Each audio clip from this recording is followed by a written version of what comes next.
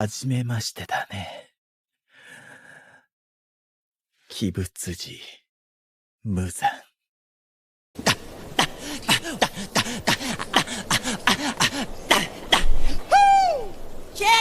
Hello homies, welcome back to a classic series on the channel as we take a deep dive into the world of Kimetsu no Yaiba. Just how strong are the Hashira? In this case, we shall be ranking the 9 pillars from weakest to strongest to see who is the greatest amongst the Demon Slayer Corps. Welcome to Fiction Analysis.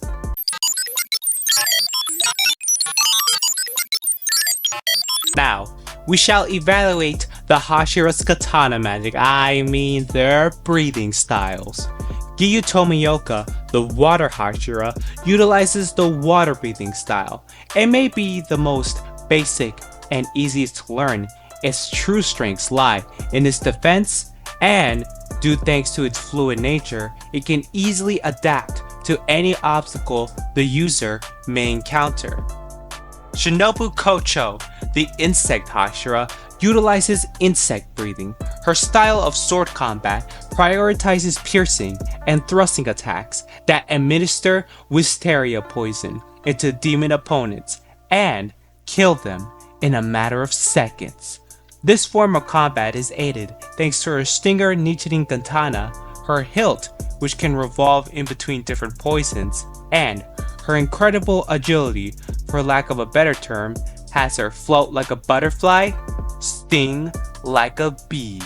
Now, for our Mr. Set Your Heart Ablaze himself, Kojiro Rengoku, the Flame Hashira, practices flame breathing, which focuses on powerful single strike based attacks.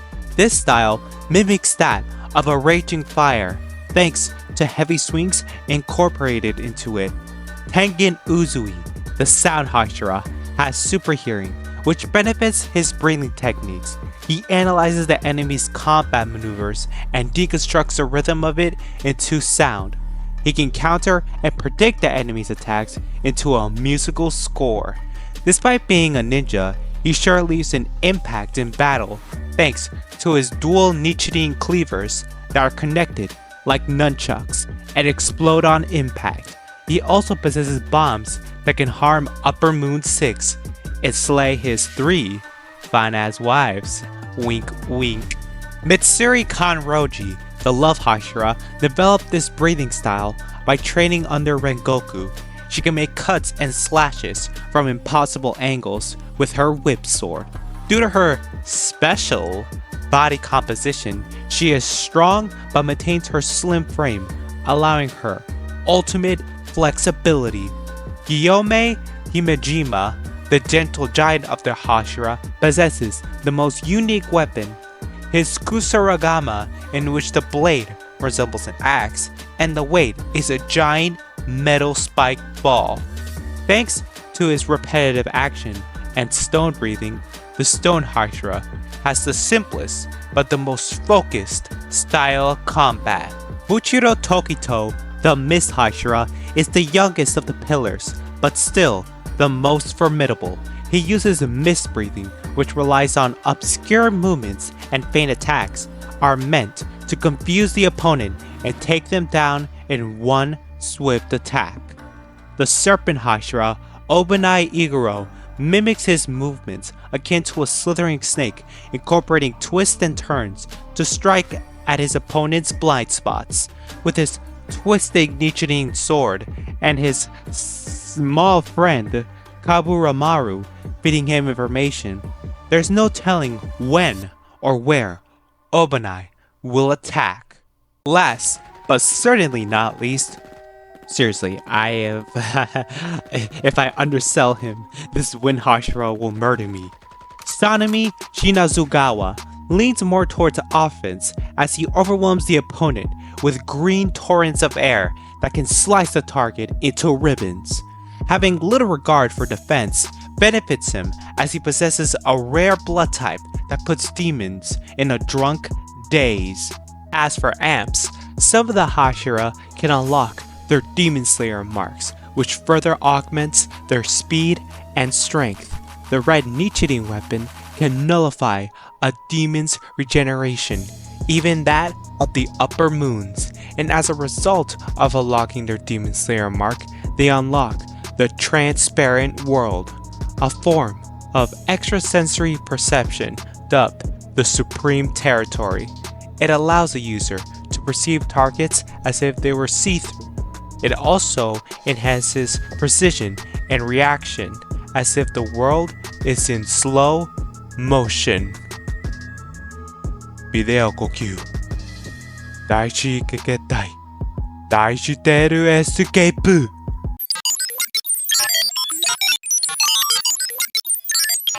For power, despite all the Hashira having varying degrees of raw strength, they should all be relative to one another in terms of striking strength. They should upscale from the Hand Demon and the Father Spider Demon, who can output small building levels of power. The physically weakest Hashira, that being Shinobu, was capable of harming upper rank 2 Doma, who could create a giant Bodavista ice sculpture, which judging from its size would require 70 to 321 tons of energy. To manifest that is a city block to multi-city block level plus feat.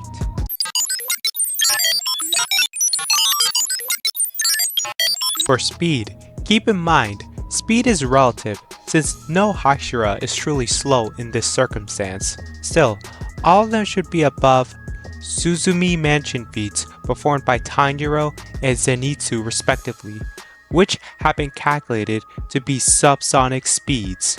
The most impressive feat they should all scale above is Tanjiro dodging lightning from the Upper Moon 4 Hantegu, making all of the Hashira massively hypersonic.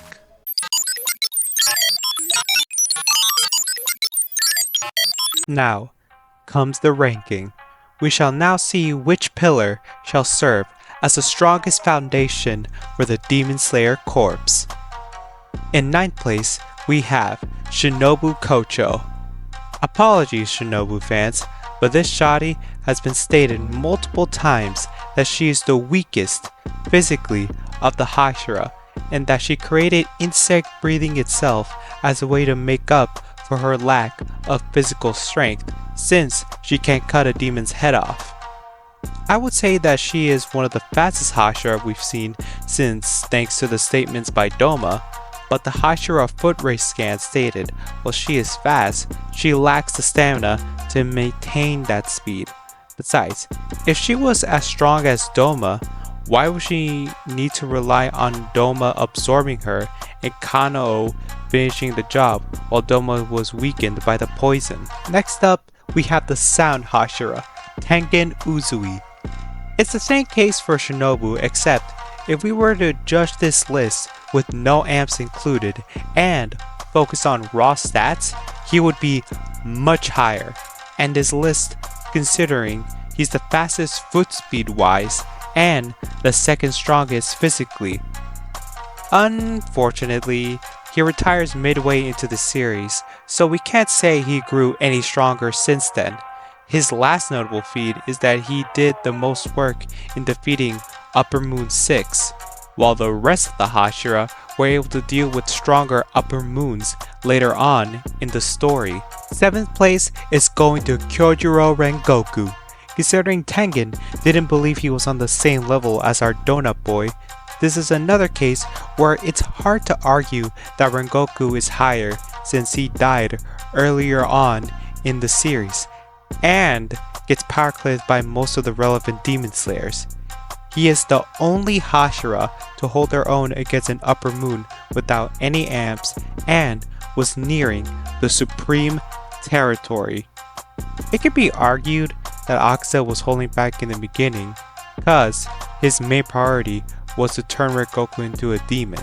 From this point onward, we mentioned the Hashira that contributed to the final battle.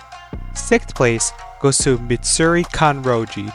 Since she has a statement of her sword technique being better than Tengen's, and the fact that she was able to handle Zohakuten and even tank a direct attack from him. Although, even with the Demon Slayer mark unlocked, she was still barely holding her own against Muzan and was only blocking his attacks via luck and intuition. 5th place, we have Muchiro Tokito. I will start by saying that the Miss Hashira is the most talented among the pillars, since he became one only 2 months after becoming a Demon Slayer. With his young age, also comes inexperience, since that is what cost him losing against Upper Moon 1 Kokoshibo. Although he was able to unlock every single amp he would have at his disposal, unlocking the See-Through World and the Red Nichiren weapon respectively. Obanai Iguro takes the 4th place spot. Not only did he achieve all the amps possible for the Hashira, he was able to achieve all of this against weakened Muzan. Let's add in the fact he was able to hold down the fort and fend off Muzan while blinded with the help of Kobaramaru, of course. It is important to note that the reason why he isn't higher is because he admitted himself that he contributed the least against Muzan towards the beginning of the fight. For the first Hashira we meet in the series, he surely doesn't disappoint, as Giyu Tomioka splashes in 3rd place. Now, it may seem weird to put him at 3rd, judging from Obanai's feats. Context is the most important here, because Giyu and Tanjiro were able to hold their own against a much fresher and stronger Muzan. Another thing to note is that Giyu was able to clash with the stranger's katana effectively with Sanemi's, and both weapons became red. Kanao stated that both users have to be equal in strength in order to achieve the red clash, meaning that a fight between Sanemi and Giyu could go either way. This is important considering Sanemi Shinazugawa swoops in 2nd place. Giyu is the Obi-Wan Kenobi of this analogy, then Sanemi would be more akin to Anakin Skywalker. As I implied, Sanemi just has more impressive offensive feats, judging from his fight with Kokoshibo. His overwhelming attacks coupled with his insane endurance makes him the most ferocious Hashira on the list. Well, of course, only one Hashira is above him. Now, the strongest Hashira of them all, the stone pillar himself, Gyome Himejima. This one is kinda obvious considering there are multiple statements from the story, characters, and extra scans to definitely dub Gyome the strongest Hashira we see active in the final battle. He unlocked the Red Nichiren weapon, accessed the Transparent World, and despite him being 27 years old, he unlocked the Demon Slayer mark, which is supposed to kill you by age 25. Just to add insult to injury, he, like Muchiro, became a Hashira only 2 months after becoming a Demon Slayer, making Gyome Himejima the number 1 Hashira on this list. That's it for today's video, homies. Hope you enjoyed this overdue installment of fiction analysis. Don't forget to like the video, subscribe for more content, and let me know in the comments below how would you rank the Hashira and which one of them is your favorite. Psst, my favorite is Rengoku. Until next time, keep on creating. See you around.